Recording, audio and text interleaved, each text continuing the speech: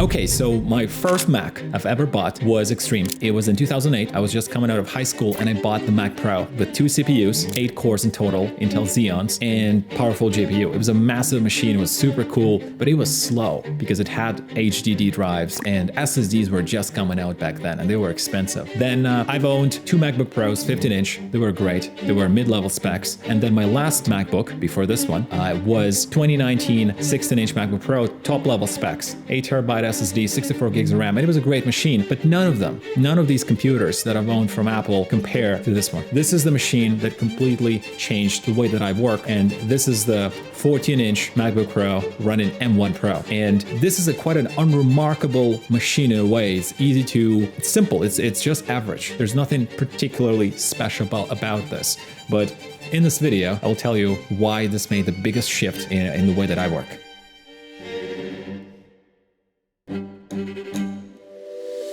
Now, before we get into the reasons, I think it's important to give you the context of what I do. I do primarily video editing as my primary work. So I work in Final Cut Pro. I do a little bit Adobe Premiere. I've also do audio work in Adobe Audition, and I've edited pictures sometimes for fun in Adobe Lightroom primarily. And that is just my main workflow. I don't do anything else. And by far, the most impressive thing about this computer is it has no lag. It's virtually lag-free 95% of the time. And that's just so unusual. Every time you work with heavy apps and you do processing like video or you do pictures, there's always a micro lag when you change something on the computer, and then when the computer responds. This is the first time out of all the computers I've ever seen where it's virtually lag-free. And it is lag-free because, of course, Apple IRM processors is converting them into unified SoC. It's because Apple combines everything in one chip: CPU, GPU, unified memory, image processing,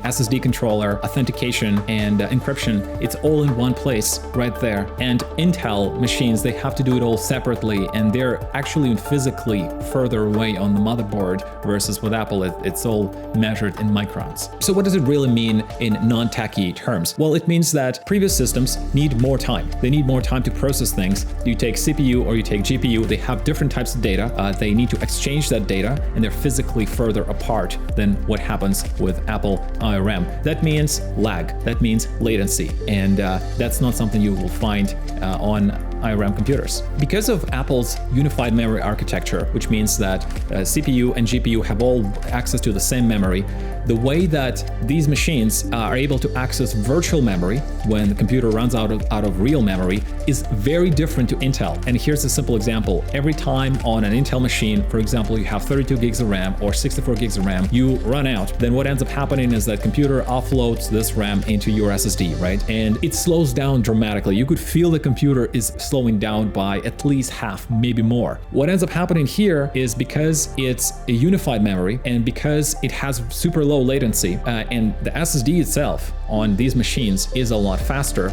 It's twice as fast, or maybe a little bit more than twice as fast than 6,500 megabytes, I think in total. Then even when you run out of RAM, then the computer is still really fast. And that is the reason why if you buy a 16 gigabyte RAM computer with M1 Pro or M1 Max, it's still super fast. You could still load big files in Photoshop and you could still do the video editing. Now it's slower. Certainly it is slower, but compared to Intel, it's a night and day difference. And the biggest change for me is that the computer doesn't get in the way of me creating the videos, creating images, and doing my work. And this is for the first time. You don't have to think about reboots necessarily. You don't have to think about closing apps because you're going to run out of memory, and you don't notice this slight delay with when you're inputting things on a computer to how it actually responds. You could edit your video for me on the fly, and there's virtually no lag regardless of the format that you're using. You can run Adobe Lightroom so fast. I've never even thought this software was so capable, because every single time with even the most powerful Intel system, it still had a delay when you're zooming into the image, going back, you're applying filters. For on M1 Pro, this thing works like magic. This is just so unusual. You essentially get the responsiveness of iOS in a Mac world in macOS. And people who don't run this extensive applications, power-hungry apps, maybe they won't notice a big difference with M1 or M1 Pro or M2 Pro and those CPUs, but you will notice massive battery life, easily. You will notice that even if you're opening 50 tabs, then your fans are not blasting on your computer and the computer is not burning your feet or your knees. And certainly if you're not running very powerful apps, then it's harder to notice the advantages of Apple IRM processors, right? You have the battery, incredible battery, very cool computer, and that's good, but the real magic is when you're running this heavy stuff that actually never worked well. And I don't need a desktop with this. I could run anything on with a few 4K monitors on this computer. I've never had an issue where I felt substantial drop in performance. Certainly you could achieve that, but it wasn't the case for me. So it is the computer that totally changed everything of how I work. It's enjoyable, it's fast, it gets out of the way, and this is just super cool. And I think, honestly, just watching the computer space evolve, this is by far the biggest leap Apple has ever taken in the last 20 years. And it is surprising that not more people are talking about this, because normally if you go from early 2000s until now, Intel machines, they progressed in small chunks, sometimes bigger, sometimes smaller, but the incremental improvements in CPU and GPU were like 10%, 5%, sometimes 30%, but fundamentally the architecture stayed the same.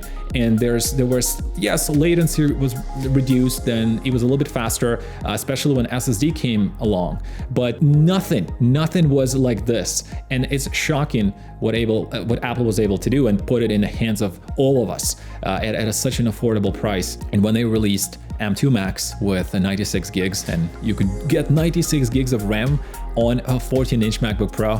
Wow, that's nuts. That's absolutely crazy.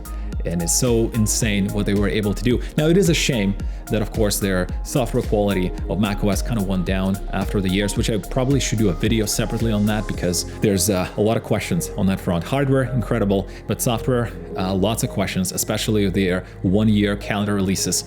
And that's that. This is the 14-inch MacBook Pro, guys. This is a computer that completely changed the way that I work. Thank you very much for watching. Hope you enjoyed this one, and I will see you, as always, in the next one.